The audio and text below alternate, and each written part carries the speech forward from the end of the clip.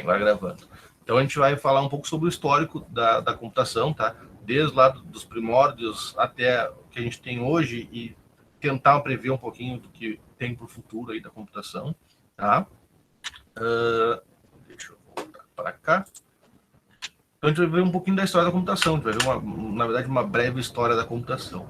Mas essa história da computação, ela vem muito antes da computação, tá? Desde os primórdios da humanidade, desde que se criaram os números, se começou a contar as coisas, existia essa necessidade da gente conseguir calcular valores, então, a somar, subtrair, por aí vai, com mais precisão e rapidez, tá?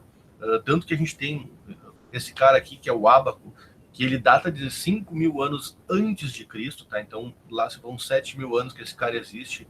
E esse aqui é um dos modelos, esse aqui é o ábaco árabe, tá? Surgiu ali no mundo árabe, mas a gente tem o ábaco dos maias, que tinha aqui na América do Sul.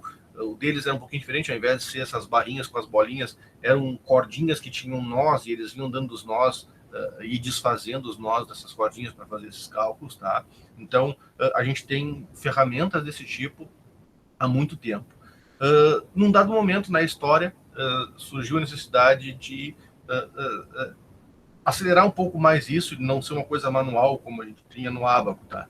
Então, por isso que surgiu o que a gente conhece hoje como computação, mas surgiram como calculadoras e por aí vai. Cauã, pode falar? Eu vi que o primeiro programador da história foi uma mulher. Não lembro o nome dela, mas eu vi ontem. Ada Lovelace, nós vamos falar sobre ela daqui a pouco também. Não se preocupem. Então, isso vem de longe, a gente precisa calcular mais rápido e com mais eficiência e cada vez mais rápido, né? Então, com o tempo, as coisas começaram a surgir e saiu-se daquela parte mais manual e foi para uma parte mais mecânica. Então, eu tinha engrenagens, eu tinha sistemas que, ao se movimentar, que a gente falava, porque tem mecanismos ali de movimento, então, ao se movimentar, elas conseguiam calcular, então, mais rápido e com um pouco mais de precisão. Aqui tem dois exemplos, tá? Na verdade tem uma imagem, mas tem dois exemplos. A gente tem a calculadora de William Shepard e a do Blaise Pascal, tá? A máquina do Blaise Pascal é essa aqui de baixo. O nome dela é o apelido dela é Pascaline, tá? É um nome carinhoso que foi dado devido ao sobrenome dele. E ela é uma máquina mecânica que pode fazer somas e subtrações só, tá? Aqui na imagem parece ser uma coisa pequena, mas ela tem aproximadamente 1,5 metro de largura, tá? É uma caixa bem grande e ali dentro tinha algumas engrenagens, alguns mecanismos que quando se movimentavam tu conseguia calcular. Para frente tu somava, para trás tu subtraía, e aí tu conseguia fazer esses cálculos de forma mais rápida do que se tinha anteriormente. Um dia, então, o Gottfried Leibniz, ele pegou essa calculadora do Pascal e deu uma modificada nela, tá? Ele deu uma melhorada nela, vamos botar assim, incluindo, então, as operações de multiplicação e divisão, tá? A multiplicação nada mais é do que uma soma em sequência, então ele modificou essa calculadora do Pascal para permitir que ela faça, então, cálculos de multiplicação e divisão, tá? Uma coisa que o Leibniz, ele é muito conhecido foi porque nessa calculadora dele, ele introduziu o que seria, porque na época não se tinha essa ideia, mas o que seria o equivalente hoje aos números binários, tá? Que é com que a gente trabalha até hoje na computação. Na verdade, tem um futuro, uma das possibilidades de futuro que a gente foge um pouco dessa parte binária, mas ele introduziu uma forma de fazer cálculos que, ao invés de utilizar números de 0 a 10, 0 a 9, desculpa, ele utilizava números binários. Então, ele utilizava um código lá específico de normalmente 8 dígitos, 8 bits, para identificar um número de 0 a 9. Tá? Então, tu conseguia, com uma quantidade, uma forma diferente, calcular a mesma coisa que as outras calculavam. Daí a gente tem um salto grande das calculadoras, porque a gente chama do primeiro computador que a gente tem, que na verdade não era bem um computador, tá? Ele era uma máquina que fazia cálculos também, só que ele permitia fazer cálculos um pouco melhores e ela tinha uma possibilidade de criar tabelas, que a gente chama, pelo meio das diferenças finitas, tá? Isso é uma regra matemática lá. Então, aquele mecanismo que tem na foto, que está aqui o mouse, ele é um mecanismo que, através do movimento daquelas engrenagens ali, ele conseguia calcular esses valores e gerar um resultado, tá? O nome dessa máquina é máquina diferencial, porque ela justamente utiliza esses métodos das diferenças finitas, então foi por isso que foi dado esse nome, tá? E isso aqui é só um pedacinho da máquina. Essa máquina ela tinha o tamanho aproximado de um prédio de 4 andares, tá? Era muito grande. O próprio Babbage, então, que foi o cara que criou aquela máquina ali, ele fez uma evolução, ele planejou uma evolução, ele não chegou a implementar essa segunda máquina, tá? Que seria a máquina de Babbage, que a gente chama, tá? Ele já traz algumas coisas mais próximas do que a gente conhece do século XX, da computação do século XX, tá? Então ele traz alguns propósitos, algumas coisas para a máquina que permitiriam que ela não tivesse um propósito específico. As máquinas até então, elas tinham um propósito específico, era fazer conta, era calcular alguma coisa. Esse estudo do Babbage permitiu se pensar em computação, em equipamentos que não tivessem um único propósito, que pudesse fazer cálculos e em cima desses cálculos poder fazer outra coisa e por aí vai, tá? Então ele trouxe uma visão um pouco diferente do que se tinha, que a gente tinha máquinas com propósito específico, então era só fazer conta, era como se fosse uma calculadora que a gente tem hoje em dia, e a ideia dele foi abrir para o que a gente tem hoje, computação, que é uma máquina de propósito geral. Então eu posso instalar softwares ali dentro, eu posso ter um programa que permita eu fazer esses movimentos que eu preciso para calcular ou para gerar alguma coisa, tá? O Babbage não conseguiu construir essa máquina, tá? Ele não conseguiu desenvolver ela, criar ela. Ele fez mais uma parte de concepção dessa máquina. Mas o Joseph Mary Jacquard, tá? Ele criou, então, uma espécie de TA. Uma das coisas que tinha no computador do Babbage era uma forma de armazenar informação, tá? Então, foi a primeira vez que se pensou em formas de armazenar alguma coisa que pudesse ser reutilizada depois, tá? E isso que ele criou junto com a Ada Lovelace, que a gente vai falar daqui a pouquinho. Eles criaram cartões perfurados que passavam, eram feitos de papel, então eles passavam pela máquina e a máquina conseguia identificar os pontos onde tinha os furos e ler isso como se fosse uma memória de computador que a gente tem hoje em dia, tá? Só que de uma forma bem mais rústica, tá? E o Jacquard, ele criou os teares. Você sabe o que é tear? Um tear? Sim. Não. Teares nada mais são do que máquinas que fazem tecidos, tá? Tecidos, tapetes, esse tipo de coisa. Até essa criação da máquina do Jacquard, a gente tinha duas formas de teares. Tinha os teares manuais, tá? Que geravam tecidos com formas, com estampas, tá? E tinha os teares automatizados, que eram máquinas que faziam essa tecelagem do tecido, tá? Só que eles só geravam tecidos monocromáticos. Então, a cor da linha que tu botasse lá para fazer aquele tecido, ele ia fazer todo ele da mesma cor. O tear do Jacquard, ele permitiu que os teares automáticos conseguissem colocar cores diferentes no tecido. Para isso, então, ele tinha os cartões perfurados, então a máquina tinha uma barra de conexão e vários pinos em cima. Esses pinos, eles eram jogados para baixo todo o tempo, então eles faziam como se fosse uma máquina de escrever antiga, eles iam jogando os pinos para baixo e testando de tempo em tempo, que era cada uma das linhas daquele rolo de papel que tem ali. Aonde a agulha passava do papel e encostava no metal lá embaixo, ela entendia que tinha que usar um tipo de fio, ou um tipo nesse caso aqui era de fio, tá? Então, e aonde tinha o papel, que a agulha não conseguia encostar, ele entendia que era outro tipo de fio, então ele conseguia utilizar tipos diferentes de fios para fazer os tecidos. Então foi a primeira vez que se utilizou uma máquina computacional, tá? Que fosse utilizada para uma coisa específica que não era a matemática, que não era a soma de valores ou subtração de valores, tá? Então a ideia do tear de Jacquard era justamente utilizar, ele utilizou alguns conceitos que vieram do Babbage e criou esse tear, então uma máquina que foi capaz de ler aqueles cartões perfurados e criar os padrões no tecido através daqueles cartões, tá?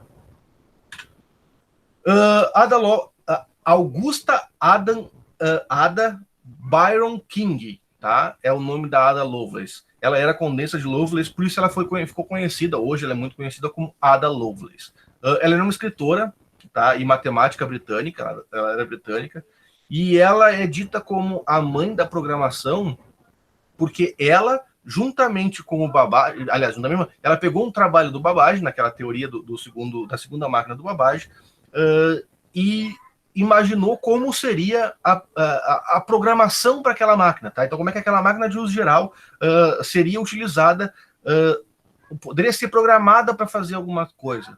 E foi ela que criou, ela que pensou nos cartões perfurados que foram utilizados pelo tear de Jacquard, tá? Então, por isso que ela é dita como a primeira programadora da história, porque ela que pensou uma forma de fazer essa comunicação, então, essa leitura desses cartões para poder ser utilizados nas máquinas que a gente tinha, né, que eles tinham na época, tá? Então, por isso que ela é dita como a primeira programadora, porque ela foi a primeira pessoa que imaginou como seria passar instruções para o computador ou para a máquina através, então, dos cartões perfurados na época. Aí a gente tem um novo pulo, tá? Aqui da nossa história, que a gente sai das máquinas mecânicas, que era o que a gente tinha até então, que tinha movimento, dependiam de um movimento para poder funcionar, para uma máquina com circuitos eletrônicos, tá? Os primeiros computadores eletrônicos que a gente tinha, eles utilizavam válvulas. Alguém já ouviu falar das válvulas dos computadores? Tinha rádios com válvulas, televisores com válvulas também na época. Alguém já ouviu falar? Não. Não? Beleza. As válvulas, então, elas eram esses tubos de vidro que tem a foto aqui embaixo, tá? E dentro de uma válvula tinha como se fossem dois fios, tá? Dois componentes metálicos. Em um deles, a corrente passava normalmente, e no outro, ele só ia receber corrente, receber elétrons ali, se a válvula atingisse uma certa temperatura e recebesse uma certa corrente elétrica através do ponto de entrada. E aí os elétrons passavam deste fio de baixo para o fio de cima e eu conseguia ler no outro polo, lá no outro fiozinho da minha válvula, que tem 4 fiozinhos aqui embaixo, tá? Ou 5, dependendo do caso, conseguia ler no outro fiozinho lá se tinha ou não passado informação por aquela válvula, tá? É uma coisa muito antiga. Se vocês podem pensar que parece ser pequenininha aqui uma válvula, mas na verdade essa menor aqui, ela tinha 15 centímetros de altura. Então imaginem um computador que tinha trocentos mil válvulas dessas aqui, tá? E isso era um problema muito grande na época, porque os computadores ficaram muito grandes por causa dessas válvulas. Isso foi posteriormente substituído por semicondutores chamados de transistores, que é o que a gente tem até hoje nos computadores, tá? Se vocês compararem uma válvula com um transistor de hoje, o tamanho deles, a gente precisaria de 4 transistores colocados um em cima do outro, assim, para ser do mesmo tamanho, da mesma espessura de um fio de cabelo de vocês. Uma válvula que tem 15 centímetros. Então, entendem a diferença disso? Era muito gritante do que a gente tinha para aquela época, para o que a gente tem hoje. Por isso, essa miniaturização que a gente tem de tudo hoje, os telefones têm muito mais processamento que aquelas máquinas antigas gigantes que tinha lá na época, por causa justamente dessa miniaturização. Eles conseguiram, num espaço menor, colocar mais componentes que realizam os cálculos mais rápido e com mais precisão, tá? Uma das vantagens nítidas que teve das máquinas mecânicas para as máquinas elétricas é que a máquina mecânica, ela dependia de movimento, então ela tinha lá como se fossem engrenagens que precisavam se juntar e funcionar perfeitamente. Quando tu tinha algum dente quebrado numa engrenagem, por exemplo, ela já não engatava direito, já dava problema, e isso acontecia muito nessas máquinas, tá? Quando tu passou para a parte eletrônica, tu dependia dos componentes estarem funcionando, mas tu não tem esse movimento, tu não precisa esperar o movimento acontecer para tu fazer uma nova leitura. Era instantâneo, tu mandava a corrente lá, verificava, ó, não tá. verificava, tá, agora tá. Então tu conseguia fazer isso muito mais rápido do que nos modelos mecânicos que a gente tinha até então. Bom, vamos falar um pouquinho então de computadores lá dos primórdios, lá dos primeiros computadores, tá? Então esse aqui é o ABC, tá? O Antonov Berry Computer, tá? Ele é dito como o primeiro computador da história, mas ele não era bem um computador, tá? Isso aqui, na verdade, é uma peça gigante, tá? Ela tem, se eu não me engano, são 16 por 4 metros, se eu não me engano, esse negócio, tá? É bem grande. E isso aqui nada mais é do que uma calculadora, tá? Era uma calculadora um pouquinho melhor do que as que eles tinham lá no tempo das calculadoras mecânicas, tá? Ela é uma máquina de propósito específico, então, ela somente resolvia equações lineares, tá? Equações do primeiro grau, chamadas de equações do primeiro grau hoje, mas ela só resolvia equações lineares, então ela tinha soma, subtração, multiplicação e divisão e Zé Fini, tá? Ela utilizava aritmética binária, então já trabalhava não trabalhava com números decimais, que a gente tem de 0 a 9, que a gente conhece normalmente, ela já trabalhava com números binários, tá? E ela possuía, então, os componentes eletrônicos de chaveamento, ela já tinha as válvulas funcionando dentro dela, tá? E mais uma coisa, ela não era programável. Se eu precisasse modificar alguma coisa na máquina, eu ia ter que ir no hardware dela, lá nos componentes eletrônicos dela, desmanchar alguma parte e montar de outra forma para fazer modificação no programa. Ok? Aí a gente tem o Colossus. Alguém aqui já viu o filme O Jogo da Imitação?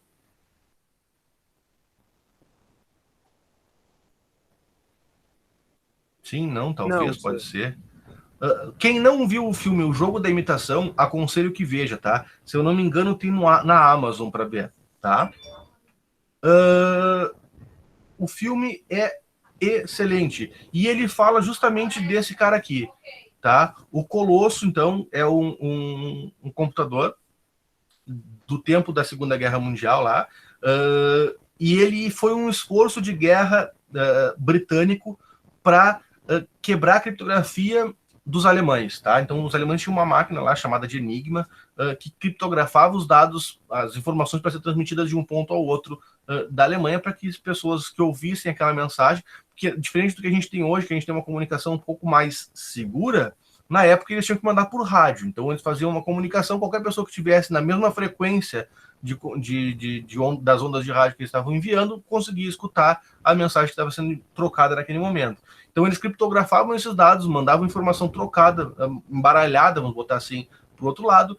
E o Colossus, então, ele foi um computador criado por uma equipe que, na época, era chefiada pelo Alan Turing, tá? Que conseguiu quebrar essa criptografia.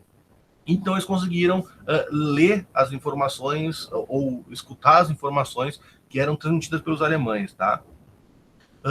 Ela era uma máquina de propósito específico, então a ideia dela era só quebrar a criptografia, não tinha mais nada, nenhuma outra função. Desculpa.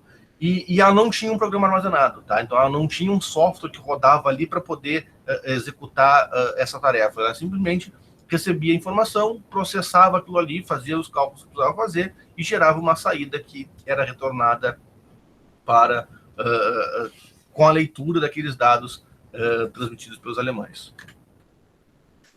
Um outro equipamento que foi criado, então, foi o ENIAC, tá? Ele é um computador também da Segunda Guerra Mundial, e a ideia desse computador era fazer os cálculos lançando uma bomba daqui, um míssil daqui, qual o local onde esse míssil vai chegar lá, tá? Então, ele é feito para cálculos balísticos. Então, eles sabem a angulação, o peso do míssil, a quantidade de combustível que ele tinha e qual era a distância que ele ia conseguir percorrer. Esse era o cálculo, tá? Ele era programável, então ele permitia programação, só que a programação não era como a gente tem hoje, tá? Então a gente não tinha um código lá que era digitado e criado o programa. Ele era feito todo por ligações de fios, então tu tinha uns fios que eram ligados numa certa posição, tu programava de um jeito, tu mudava um pouco as posições daquilo ali e ele gerava um novo cálculo, então uma nova saída, tá? Esse cara aqui, ele ocupava uma área de 150 metros quadrados, um computador, tá? Então era uma sala de 10 metros por 15, toda ela era só o computador. Ele pesava nada mais nada menos que 30 toneladas ou 30 mil quilos, tá? E ele conseguiu, de uma forma bem rápida, vamos botar assim, gerar esses cálculos da distância, da posição da onde ia cair o míssil, muito mais rápido do que um ser humano calculando, tá? Um ser humano calculando com calculadora, com equipamentos para fazer esses cálculos, ele levava aproximadamente 12 horas para calcular a trajetória balística da onde ia cair aquele míssil. Esse cara aqui, ele levava aproximadamente 30 segundos. Tá? Então, reduziu de 12 horas de uma pessoa calculando para 30 segundos ele conseguia calcular. Outra coisa que ele foi utilizado também, que não é nada bonito, mas ele foi utilizado para projetar, então, a bomba H. Alguém já ouviu falar da bomba H? Já ouvi falar, mas não lembro o que é. A bomba H nada mais é do que a bomba de hidrogênio, aquela que foi usada em Hiroshima e Nagasaki, a bomba atômica. Tá? Esse computador foi criado para projetar, então, qual seria a posição correta para lançar a bomba para ela que caísse no ponto específico. Tá? Ele foi um dos primórdios dos computadores para esse tipo de coisa, um cálculo, uma informação bem precisa para esse tipo de informação. Aqui a gente tem uma foto, então, do ENIAC, tá? Como eu disse para vocês, ele tem os fios aqui que programava ele, então tinham pessoas lá que iam lá e desligavam esses fios e ligavam novamente.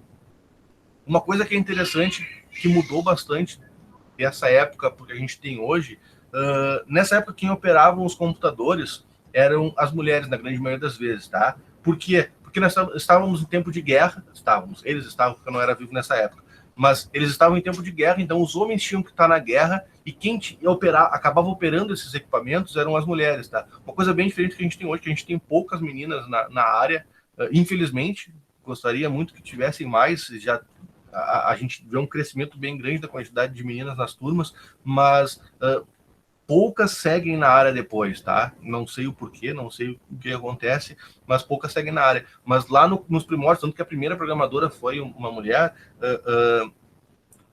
as mulheres que trabalhavam no ENIAC e no EDVAC, depois que eu vou falar para vocês, também eram mulheres, mas elas meio que saíram, foram tiradas da jogada depois da guerra e perderam espaço na computação. Aí a gente tem o EDVAC, então, que ele já é uma máquina um pouco mais moderna, vamos botar assim, tá? Ele é um computador de uso geral, então ele permitia que tu fizesse qualquer tipo de cálculo utilizando ele, tá? Ele tem fortes inspirações nas ideias do Turing, tá? Do Alan Turing. E ele deu início à criação da arquitetura de von Neumann, tá? A arquitetura de von Neumann, ela é utilizada até hoje nos computadores, tá? É uma arquitetura que envolve processamento, memória e níveis de memória, na verdade, que a gente chama. Então, ela é uma arquitetura que é utilizada até hoje nos computadores, tá? E saiu lá desse EDVAC aqui. O EDVAC, para vocês terem uma diferenciação com o ENIAC, eles estão mais ou menos da mesma época. O ENIAC é de 46, se eu não me engano, o EDVAC é de 49. É uma coisa assim. Mas eles são meio que rivais, vamos botar assim. O EDVAC, ele ocupava uma área de 45 metros quadrados, então ele era menos da metade do tamanho do ENIAC, e ele pesava só 7,8 toneladas, ou 7.800 quilos, tá? Ele era bem mais leve do que o ENIAC, obviamente ocupava muito menos espaço, e ele era um computador, o ENIAC, ele foi um computador que foi criado para o governo americano, tá? Então ele foi feito para as Forças Armadas Americanas, e o EDVAC não, ele foi criado por uma universidade. O von Neumann, que foi o cara que, vamos botar assim, chefiou o desenvolvimento do EDVAC, ele era da universidade, então ele foi criado para a universidade e depois foi utilizado muito pela universidade e ele acabou fornecendo para outras universidades também. Então foi um computador que foi utilizado em mais de um local. O ENIAC não foi criado só uma versão dele, foi utilizado nos Estados Unidos e depois se parou a utilização dele. Aí a gente tem o Alan Turing, tá? É um cara que é dito como o pai da computação moderna. Apesar de ele nunca ter feito um computador, realmente, ele participou do projeto do Colossus, e depois ele teve problemas, ele era homossexual, e aí ele foi processado e condenado pela rainha da Inglaterra, pela rainha Elizabeth. Ele foi preso, depois foi condenado à castração química, e ele ficou meio totoca da bola, acabou se matando, o que é uma pena, porque o cara era um gênio na computação. E ele escreveu vários artigos falando sobre computadores, o que seriam computadores, tanto que a gente tem um teste hoje de inteligência artificial, que é utilizado até hoje, que diz que quando é que a ideia do teste é testar quando é que os computadores vão ter uma inteligência tal que a gente não vai saber quando está falando com uma pessoa ou com um computador. Tá? Então tem o teste de Turing, que a gente chama, que é um teste que foi criado por ele, que seria para fazer esse tipo de coisa, para identificar quando a gente não sabe em que momento o computador vai ser inteligente a ponto da gente não saber se a gente está falando com uma pessoa ou com uma máquina. Tá? Mas ele é um gênio, ele criou uma proposta de um computador, mesmo sem conseguir desenvolver, criar ele mesmo. Ele criou a proposta, e a proposta do computador dele é utilizada até hoje. Tá? Bom, falamos um pouquinho do contexto internacional da computação, mas vamos vir para o Brasil, contexto brasileiro. O que a gente tem no Brasil de computação? A computação no Brasil ela começou a engatinhar com o advento da ditadura militar, tá? Que se desenvolveu, se usou dinheiro para investir nisso, na computação. E a Marinha do Brasil, então, contratou duas universidades, a USP e a Unicamp, para criar computadores que rodassem dentro de dos navios de guerra do Brasil. A Unicamp criou um dos servidores em 1970, que é chamado de Cisne Branco, tá? Ele foi utilizado, ele foi implementado em alguns navios e foi disponibilizado para a Marinha do Brasil, foi utilizado. E em 1972, a USP criou uma outra versão de um servidor chamado de Patinho Feio, que também foi implementado na Marinha do Brasil, foi utilizado nos navios também de guerra do Brasil, tá? Em 74, então, ainda sob a ditadura militar, houve uma tentativa de implementação de uma zona industrial para fomentar a indústria nacional da computação, tá?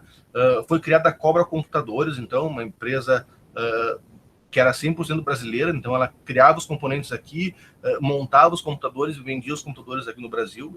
Aqui já está falando um pouco de computadores pessoais, tá? Computadores para as pessoas, não era tanto servidores para empresas e coisas parecidas.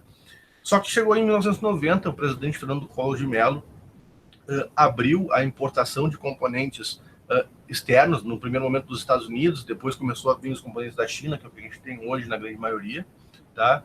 E isso acabou, então, causando a falência de praticamente todo o setor de computação do Brasil, tá? Então, 99% das empresas que trabalhavam com construção e desenvolvimento de computadores no Brasil acabaram fechando.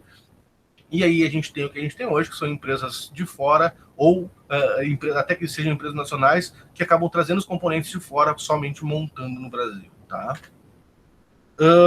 Falando um pouco de computadores pessoais, então, eles surgiram lá na década de 70, próxima da década de 70,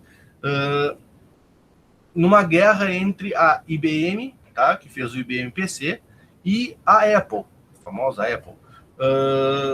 A IBM criou um computador, tá, um computador pequeno, suficiente para você colocar em cima de uma mesa, tanto que ele é chamado de desktop.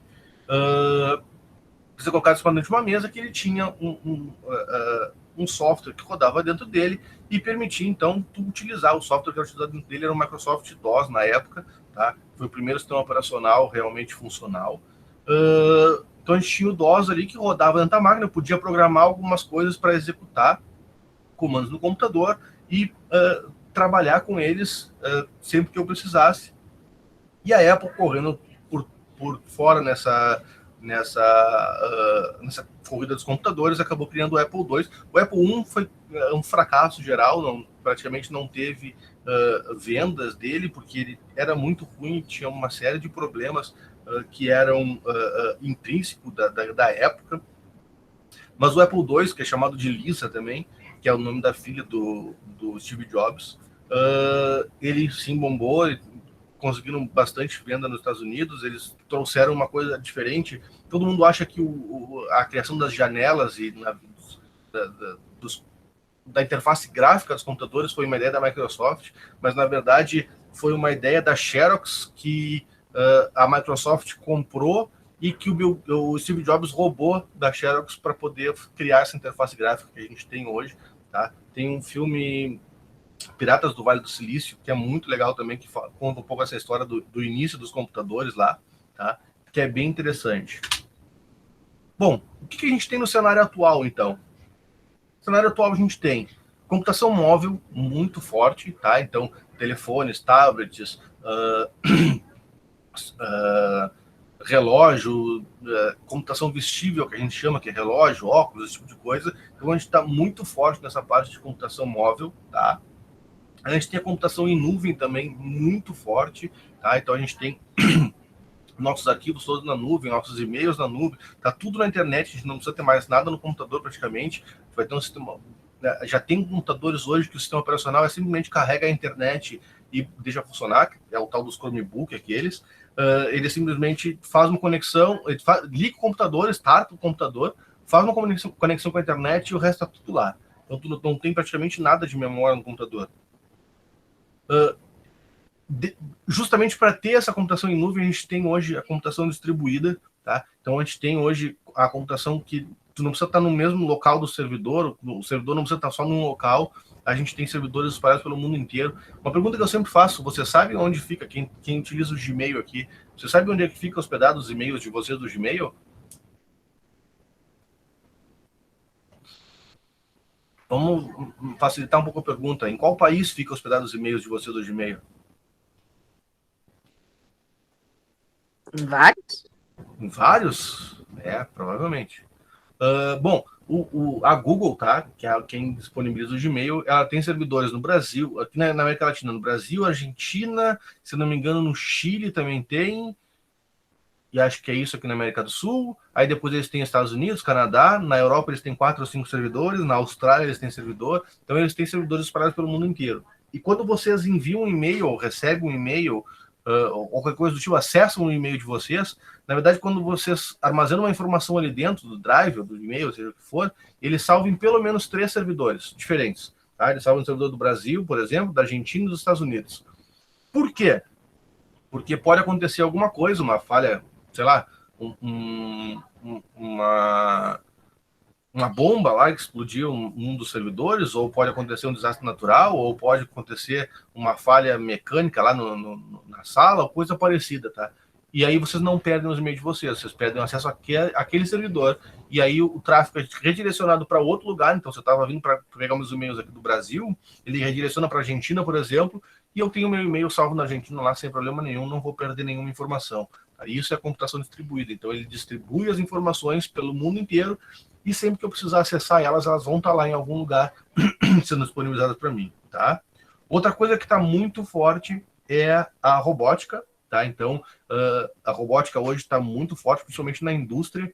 Então, quem trabalha com robótica, principalmente com programação da robótica, porque os braços robóticos, os componentes robóticos, eles meio que deram uma estacionada agora, mas o que se pode fazer com esses robôs ainda tem muita coisa, tá? A gente tem a parte de robôs caseiros, por exemplo, os robôs aspirador, aqueles, o robô cortador de grama, e tem uns quantos aí que tem disponíveis, que está muito em alta isso. E outra coisa que está em alta, e que ainda vai continuar por um bom tempo, é a inteligência artificial, tá? Hoje a gente tem inteligência artificial em muita coisa. Por exemplo, quando vocês acessam um Netflix da vida ou uma Amazon da vida, ele tem uma inteligência artificial ali que identifica quais são os gostos de vocês e oferece os melhores filmes, séries para vocês assistirem. A gente tem em comércios eletrônicos, principalmente, quando vocês acessam um site lá e procuram por alguma coisa, eles conseguem, através da inteligência artificial, buscar outros produtos com aquela mesma categoria, ou outros produtos que tenham a ver com aquilo ali, e te oferecer isso. Então, a inteligência artificial está crescendo muito. A gente tem hoje os carros inteligentes que dirigem sozinho. Então, tem uma série de coisas que acabam aglomerando, vamos botar assim, nessa parte da computação, e isso está muito forte hoje em dia.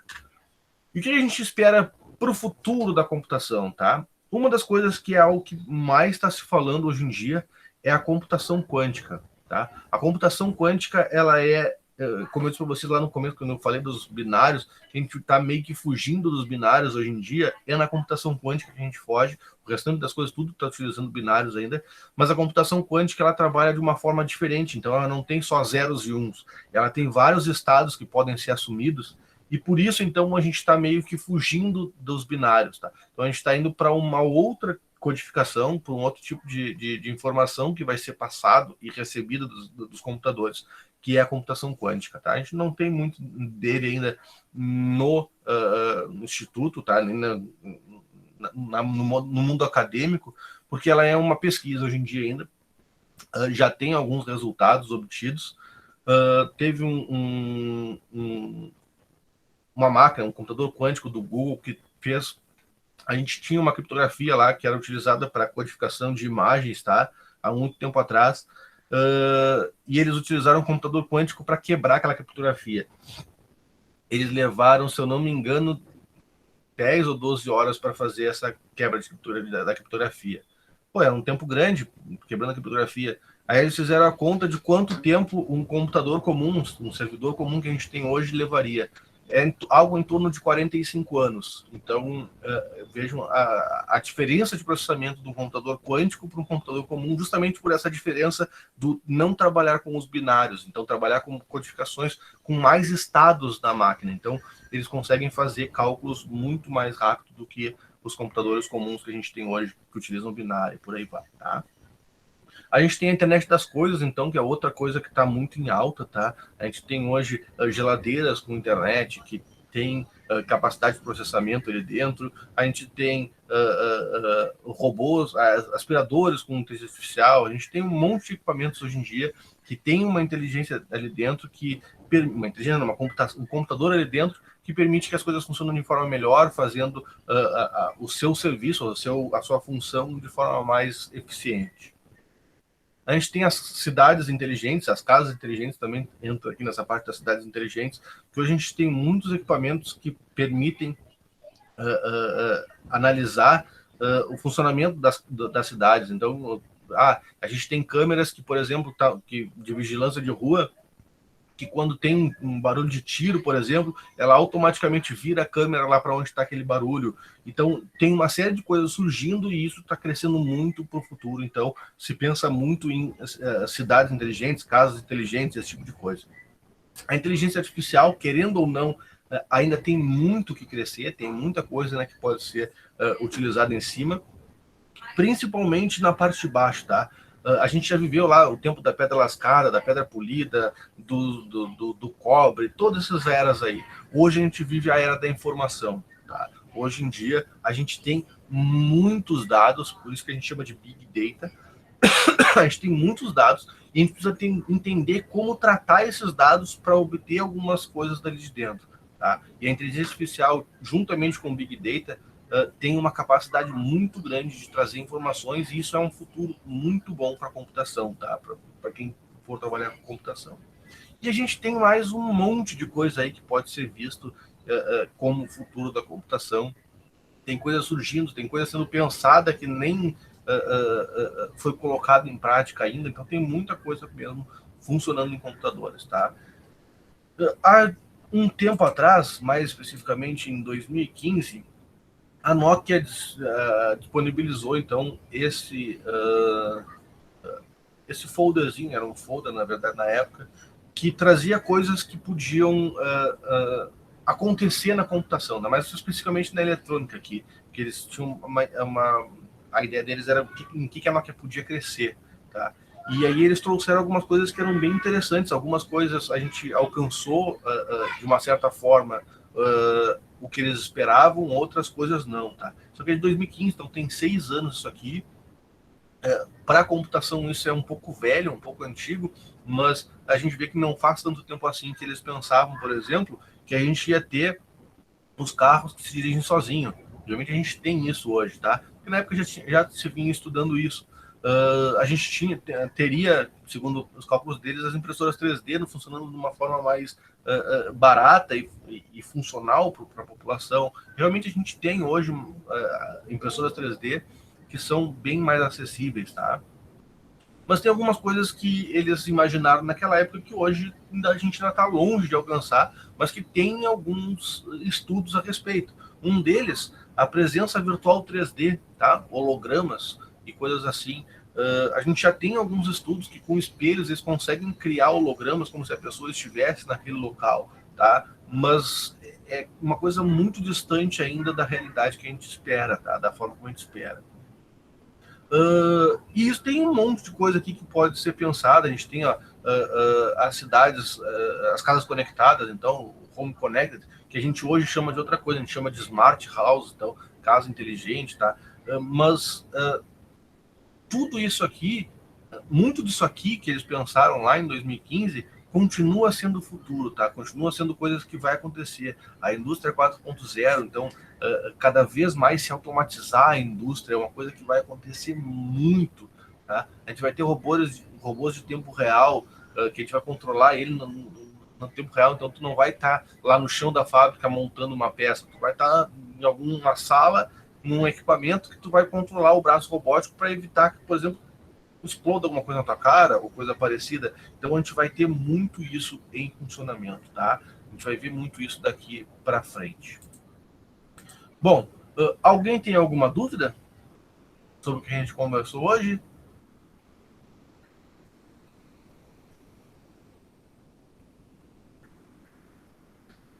Davi, a Alemanha tinha algumas perspectivas, mas muito fora do que foi utilizado realmente, tá? Eles criaram principalmente equipamentos para... o negócio deles era um pouco mais balístico, eles eram mais para o fronte de batalha. Diferente dos ingleses e dos americanos, que a ideia deles era formas de melhorar a construção dos componentes, tá? Lá eles queriam fazer alguma coisa que seja forte, que chegue lá e exploda tudo, da Alemanha. Na Inglaterra e nos Estados Unidos eles já pensavam, se eu lançar um míssil daqui, aonde que eu vou alcançar lá? Porque eles queriam fazer uma coisa, os americanos principalmente, eles queriam fazer uma guerra onde eles não botassem os soldados americanos em fronte de batalha. Os alemães eles não tinham muito esse pensamento, eu acho, não sei muito bem, mas as máquinas deles eram mais para... Tanto que eles evoluíram muito na construção de tanques, na construção de bombas, esse tipo de coisa, eles evoluíram muito. Mas nessa parte computacional, de pensar como seriam as coisas, eles não evoluíram muito, não. Mas eles tinham uma máquina que era chamada de máquina Enigma, que é o que aparece lá no jogo da imitação, que era uma desgraça. Os caras não conseguiam de jeito nenhum quebrar a criptografia daquela máquina até o Turing criar o Colossus lá, que foi a máquina que eles conseguiram quebrar a criptografia. Mas até ali não se conseguia quebrar aquilo ali, porque o objetivo deles era simplesmente enviar mensagens lá para os navios e dizer assim, ó, ataca tal ponto, ataca tal ponto. Tanto que era na verdade, o do filme tem uma coisinha que eles falam errado no filme, quando vocês forem ver, vocês vão se lembrar do professor, se vocês forem ver. No filme eles falam que é a máquina Enigma. Na verdade, aquela ali é a segunda versão da máquina Enigma, tá? É a chamada de Enigma G. A primeira máquina Enigma, ela não tinha troca da chave criptográfica. Então ela não trocava a criptografia todos os dias, que nem era do filme, tá? Ela tinha uma criptografia quando saía de fábrica e era utilizada sempre aquela ali.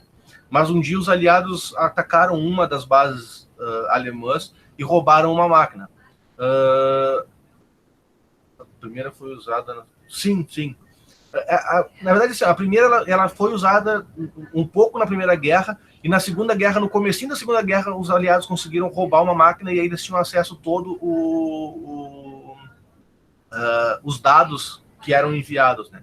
E aí os alemães eles desligaram a máquina, desligaram a comunicação, ficaram, se não me engano, 2 ou 3 semanas sem comunicação nenhuma, e aí eles criaram essa nova máquina que mudava a criptografia todos os dias. E aí, em cima dessa mudança de criptografia todos os dias, os aliados ficaram totalmente perdidos, porque eles começavam a estudar a criptografia na primeira mensagem, que eu não me lembro se era 6 da manhã ou coisa parecida, e aí eles vinham, e a última mensagem era sempre à meia-noite. Então, eles tinham que tentar quebrar a criptografia naquele dia para ter as informações daquele dia. onde virou para o outro dia, já trocava a criptografia, já mudava tudo, eles tinham que começar do zero. Por isso que era tão difícil. Até que os caras criaram, o Alan Turing, junto com a equipe dele lá, criaram o Colossus, então, que é uma máquina que conseguia, através de pegadinhas alemãs, vamos botar assim, tá? Porque todas as mensagens alemãs, elas começavam com bom dia, como é que estava o tempo naquele dia, tá? Então, eles mandavam lá, eu não sei falar em alemão, né? Mas eu falava bom dia, o dia está ensolarado, e a última coisa que eles botavam em todas as mensagens era Heil Hitler. E em cima desse Heil Hitler, que eles sabiam o que era em todas as mensagens, eles conseguiram quebrar a criptografia de toda a jogada do Colossus, tá? Porque no primeiro momento eles botaram o Colossus para rodar sem saber de nada, e o Colossus perdido ficava lá processando, não conseguia achar nada. Quando eles se ligaram desse negócio do Heil Hitler, que sempre tinha o Heil Hitler, eles colocavam a criptografia daquele Heil Hitler lá, como é que estava a entrada ali, e em cima daquilo ali a máquina, o Colossus conseguia computar todos os outros caracteres, e aí eles conseguiam quebrar as mensagens. Era um troço inimaginável para a época, tanto que os alemães só ficaram sabendo disso muito tempo depois que eles conseguiram quebrar as mensagens. Porque ainda tem uma jogada depois que o Turing, ele era matemático, ele era alucinado em matemática. E ele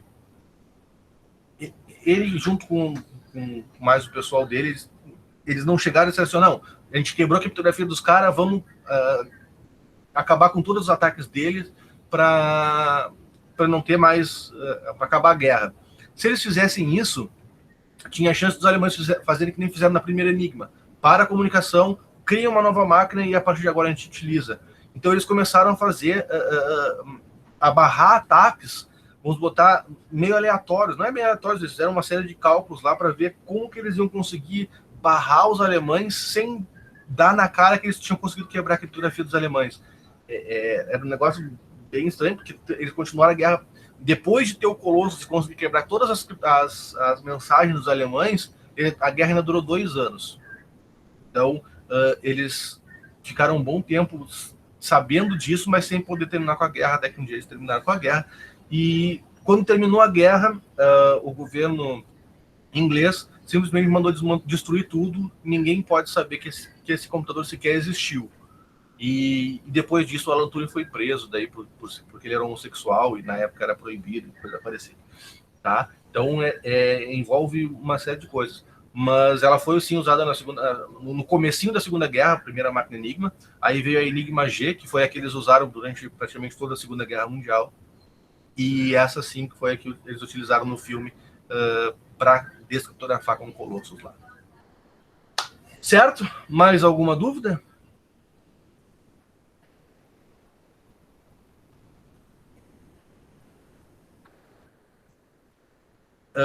O Jogo da Imitação é o nome do filme.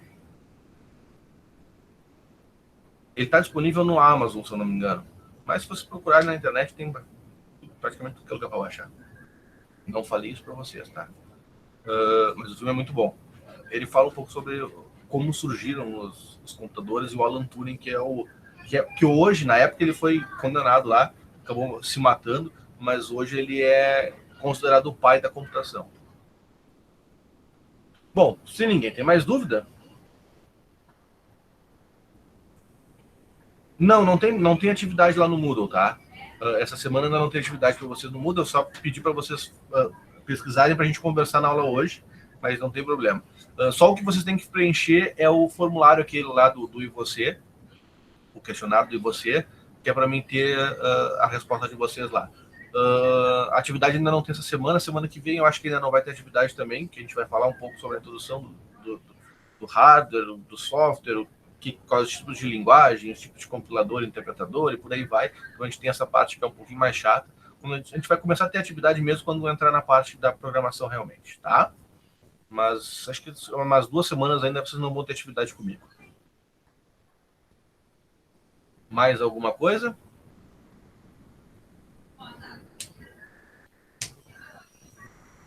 Mas segunda-feira vocês vão receber lá no... Vai estar lá no Moodle disponível para vocês o vídeo falando sobre essa parte dos compiladores, do histórico da computação ali, os tipos de linguagem, os tipos de compiladores, interpretadores e por aí vai. Isso vai estar em vídeo para vocês lá no Moodle, tá? Então, não vai ter atividade, mas vai ter coisa para vocês fazerem nas aulas, no momento assíncrono da nossa aula.